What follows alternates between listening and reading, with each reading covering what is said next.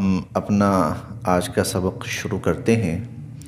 اعوذ باللہ من الشیطان الرجیم، بسم اللہ الرحمن الرحیم۔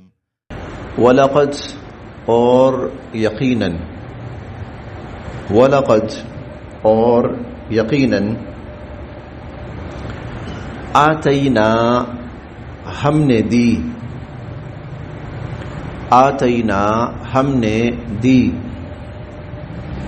موسیٰ حضرت موسیٰ علیہ السلام کو، الکتاب کتاب، وَلَقَدْ آتَيْنَا مُوسَى الْكِتاب اور یقیناً ہم نے حضرت موسیٰ علیہ السلام کو کتاب دی، تورات۔ وَقَفَّيْنَا اور مسلسل بھیجے ہم نے، لگاتار بھیجے ہم نے، مسلسل بھیجے ہم نے، من بعدہ حضرت موسیٰ علیہ السلام کے بعد، وقفینا من بعدہ اور ہم نے موسیٰ علیہ السلام کے بعد مسلسل بھیجے، لگاتار بھیجے، بالرسل رسول، اور ہم نے حضرت موسیٰ علیہ السلام کے بعد لگاتار مسلسل رسول بھیجے۔ وَآتَيْنَا اور ہم نے دی، عیسیٰ حضرت عیسیٰ علیہ السلام ابن مریم، عیسیٰ بن مریم کو ہم نے دی، البینات بینات، واضح نشانیاں، واضح دلائل، وَأَيَّدْنَاهُ اور ایدنا ہم نے مدد کی، ان کی یعنی حضرت عیسیٰ علیہ السلام کی، وَأَيَّدْنَاهُ اور ہم نے حضرت عیسیٰ علیہ السلام کی مدد کی، بروح القدس، روح القدس لفظی معنی ہے مقدس روح، اس سے مراد حضرت جبرائیل امین ہے۔ وَأَيَّدْنَاهُ بِرُوحِ الْقُدُسِ اور ہم نے جبرائیل امین کے ذریعے حضرت عیسیٰ علیہ السلام کی خصوصی مدد فرمائی، اور ہم نے جبرائیل امین کے ذریعے حضرت عیسیٰ علیہ السلام کی خصوصی مدد فرمائی۔ افکلما کیوں، فا پس، کلما جب بھی، یہ جو حمزہ ہے نا اس کا لفظی ترجمہ تو ہے کیا، حمزہ استفہامیہ کہتے ہیں کیا، لیکن اس کے مفہوم آپ یہ ذہن میں رکھیں کہ پھر ایسا کیوں ہوا، پھر ایسا کیوں ہوا، کلما کہ جب بھی، جاء آئے، کم تمہارے پاس، افکلما ایسا کیوں ہوا کہ جب بھی آئے تمہارے پاس، رسول رسول، بما بھی ساتھ، ما جو، بما اس کے ساتھ جو، یعنی وہ چیز لے کر جو، لا نہیں، تہوا پسند تھی، انفسکم تمہارے نفسوں کو،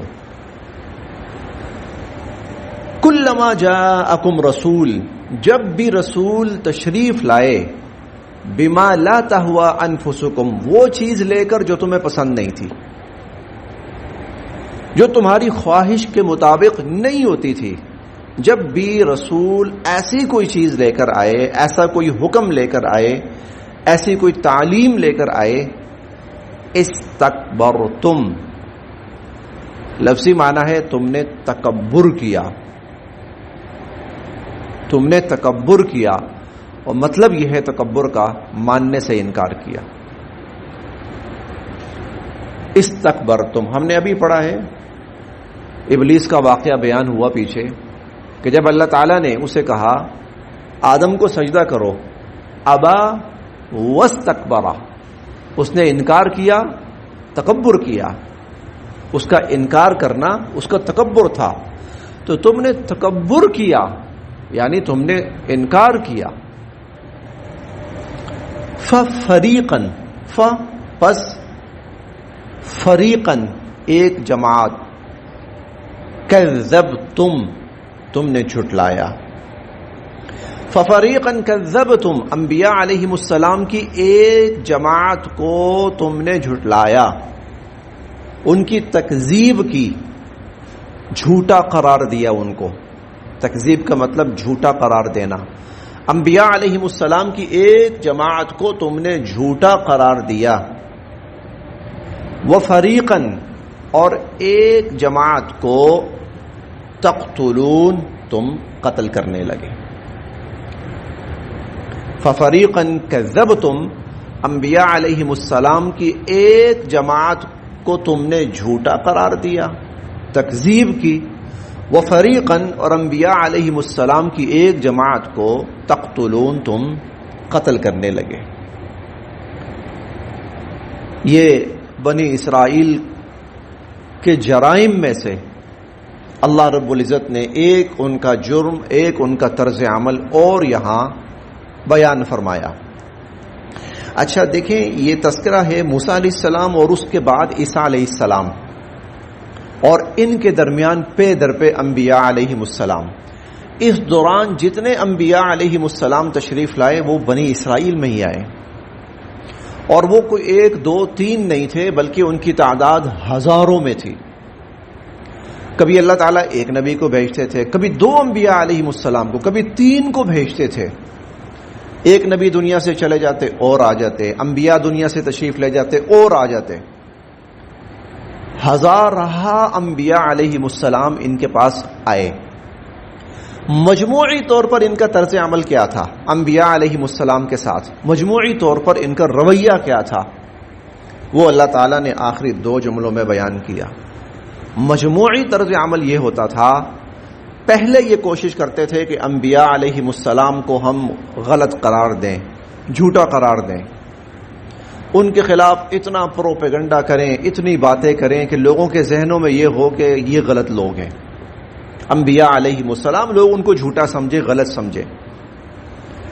آج بھی ہے نا، آج کی جو سیاست ہے اس کا ایک بنیادی اصول یہ ہے، جھوٹ بولو، اتنا بولو، اتنا بولو، اتنا بولو کہ دنیا اس کو سچ سمجھنے لگے. تو انبیاء علیہم السلام کو ہر جگہ یہ غلط لوگ ہیں، یہ ٹھیک نہیں ہے، یہ جب سے آئے ہیں تو ہمارے ہاں فساد برپا ہو گیا ہے اور جھگڑے ہو رہے ہیں. تو پہلے یہ کرتے تھے، اس طرح نبی کی آواز دبا دیتے تھے. اگر نبی کی آواز دبانے میں کامیاب ہو جاتے تو ٹھیک ہے، ہمارا مسئلہ حل ہو گیا ہے، اب اس نبی کی آواز کوئی نہیں سن رہا، جو وہ کہتا ہے کہے. اگر نبی کی آواز دبانے میں کامیاب نہ ہو پاتے اور نبی کی آواز شدت اور قوت اختیار کرتی تو پھر یہ اس نبی کے خلاف سازش کر کے اس کو شہید کر دیتے تھے. یہ انبیاء علیہم السلام کی قاتل جماعت ہے. قرآن ہم نے ابھی پڑھا ہے کہ یقتلون النبیین، کہ یہ وہ لوگ ہیں اور تم وہ لوگ ہو جو نبیوں کو قتل کرتے رہے ہو، انبیاء علیہم السلام کو شہید کرتے رہے ہو. اور ہم آگے پڑھیں گے کہ سنکتب ما قالوا وقتلهم الانبیاء بغیر حق، یہ تم نے جو انبیاء علیہم السلام کو ناحق قتل کیا ہے نا، وہ سب ہم نے لکھ لیا ہے، ہمارے پاس وہ لکھا ہوا ہے. یہ بنی اسرائیل کی روش یہاں بیان کی گئی. اگر کوئی ایسا حکم اللہ کا ان کے پاس آتا تھا جو ان کی مرضی کے خلاف ہوتا تھا، جو ان کی خواہش کے خلاف ہوتا تھا، جس سے ان کے مفاد پہ زد پڑتی تھی، وہ نبی کو جھوٹا قرار دینا شروع کر دیتے تھے، خود ماننے کو تیار نہیں ہوتے تھے. دیکھتے ہیں جی، پھر دیکھیں وَلَقَدْ آتَيْنَا، اور یقیناً ہم نے دی موسیٰ، حضرت موسیٰ علیہ السلام کو الکتاب، کتاب، اور یقیناً ہم نے حضرت موسیٰ علیہ السلام کو کتاب دی، اور یہ کتاب تورات ہے۔ وَقَفَّيْنَا، اور ہم نے پے در پہ بھیجے، مِن بَعْدِهِ، ان کے بعد، بِالرُّسُل، رسول۔ وَآتَيْنَا، اور ہم نے دی عیسیٰ ابن مریم، عیسیٰ بن مریم کو۔ یہاں پہلی دفعہ سیدنا عیسیٰ علیہ السلام کا نام اور ان کی ولدیت آئی ہے۔ ہم قرآن کریم میں جہاں پر بھی پڑھیں گے، اکثر جگہوں پر حضرت عیسیٰ علیہ السلام کا نام ان کی ولدیت کے ساتھ آیا ہے، اور ولدیت میں والدہ کا نام آیا ہے۔ یہ دونوں باتیں منفرد ہیں۔ ایک بات تو یہ ہے کہ انبیاء علیہ السلام کے نام آئے ہیں تو ولدیت نہیں آئی۔ ابراہیم علیہ السلام کا نام بارہا آیا ہے، کوئی ولدیت نہیں۔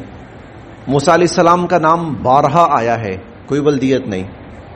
یحییٰ علیہ السلام کا نام، زکریا علیہ السلام، خود نبی کریم صلی اللہ علیہ وسلم کا نام نامی قرآن کریم میں آیا ہے، ولدیت نہیں ہے۔ حضرت نوح علیہ السلام کا نام آیا ہے، حضرت ادریس علیہ السلام کا نام آیا، اسماعیل علیہ السلام کا نام آیا، اسحاق علیہ السلام کا نام، ولدیت کہیں پر بھی نہیں، محض ان کا نام ہے۔ حضرت عیسیٰ علیہ السلام کی ایک جو انفرادیت ہے وہ یہ ہے کہ جب بھی ان کا نام آیا ہے تو ولدیت کے ساتھ آیا ہے۔ ولدیت کے ساتھ جو نام آیا ہے تو یہ نصارہ کی تردید کے لیے، وہ کہتے تھے کہ عیسیٰ ابن اللہ، عیسیٰ اللہ کا بیٹا ہے۔ وہ کہتے تھے عیسیٰ علیہ السلام اللہ کے بیٹے ہیں۔ وقالت النصارى المسیح ابن اللہ، نصارہ نے کہا عیسیٰ علیہ السلام یہ تو اللہ کے بیٹے ہیں۔ تو اللہ رب العزت نے اس کی تردید فرمائی ہر جگہ پر، یہ نہیں، غلط، غلط، بالکل غلط۔ تم یہ کہتے ہو اللہ کا بیٹا ہے، اللہ کا بیٹا نہیں، مریم کا بیٹا ہے۔ اچھا، دوسری انفرادیت کہ ولدیت کے اندر والد کا نام نہیں ہے بلکہ والدہ کا نام ہے۔ اب والدہ کا جو نام ہے تو یہ تردید ہے یہود کی، وہ اس لیے کہ یہود ان کی غلط نسبت کرتے تھے، عیسیٰ علیہ السلام کی غلط نسبت کرتے تھے کہ عیسیٰ علیہ السلام کی جو ولادت ہوئی ہے تو ان کی والدہ کے ساتھ کے کچھ غلط معاملات تھے، ان کی بنا پر ولادت ہوئی ہے۔ اللہ رب العزت نے تردید فرمائی نہیں، یہ واحد شخص ہے دنیا کے اندر کہ جو محض اللہ کے فضل و کرم سے ایک خاتون سے بغیر کسی مرد کے توسل کے ولادت ہوئی ہے۔ اس لیے اس ایک جملے کے اندر ولدیت ذکر کر کے یہود اور نصارہ اللہ نے دونوں کی تردید فرمائی، دونوں کو غلط قرار دیا۔ مریم کا بیٹا ہے، نصارہ کی تردید ہوئی اللہ کا بیٹا نہیں ہے، اور مریم کا بیٹا ہے، یہود کی تردید ہوئی کہ یہ اس کے ساتھ کسی مرد کا کوئی لاحقہ ہے ہی نہیں، محض اللہ کے فضل و کرم سے۔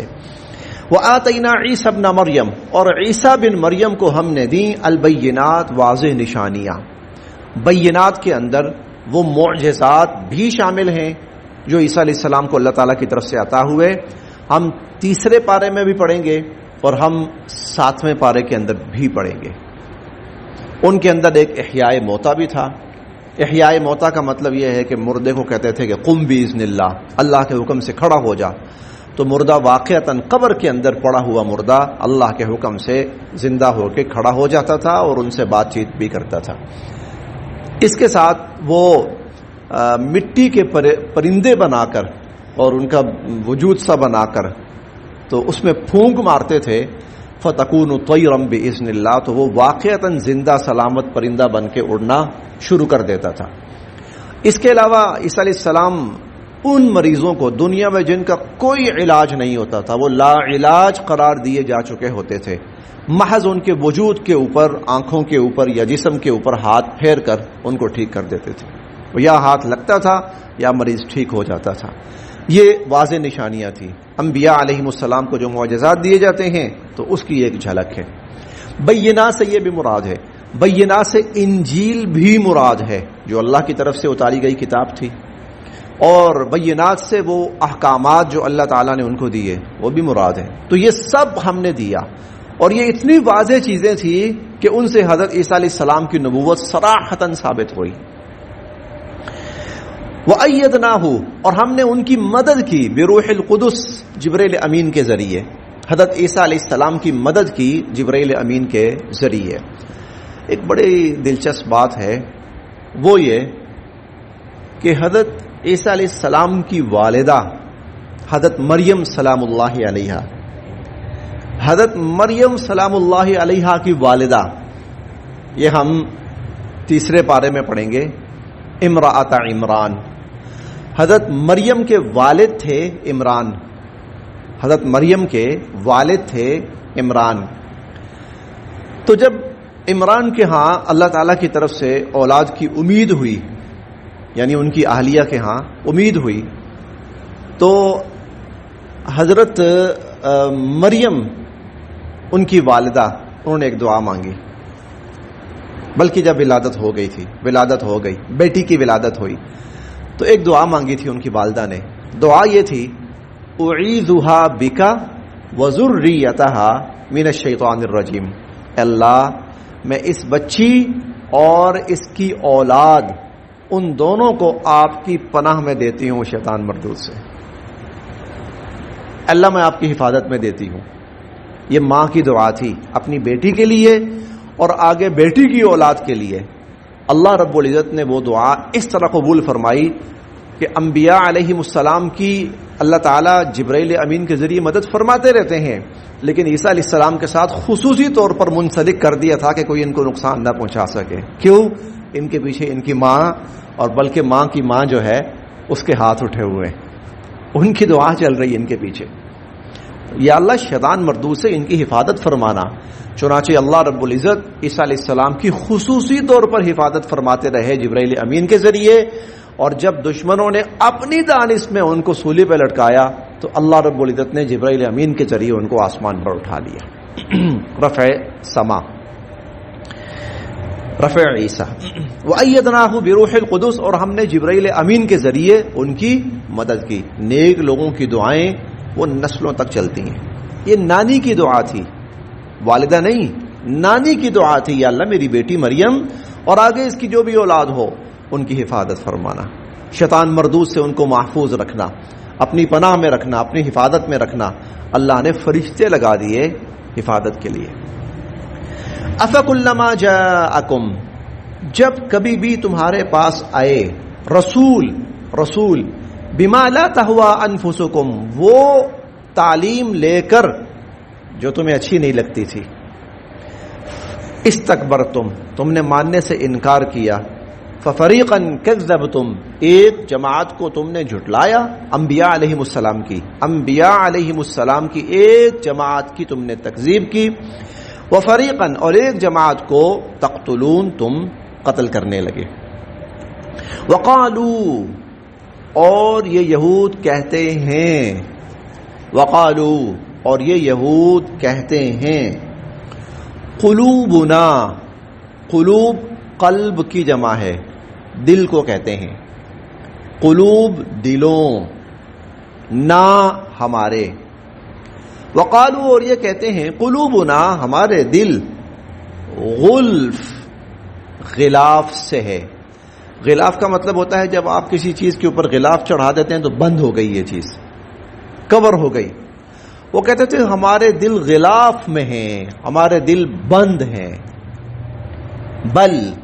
بلکہ لعنا، لعنت کی، ہم، ان پر، اللہ نے، بلکہ لعنہم اللہ نے ان پر لعنت کی ہے، بکفرہم، ان کے کفر کی وجہ سے، بلکہ اللہ نے ان پر لعنت کی ہے بکفرہم، ان کے کفر کی وجہ سے. پس قلیل، بہت تھوڑی باتیں ہیں، ما، جو، یؤمنون، وہ مانتے ہیں.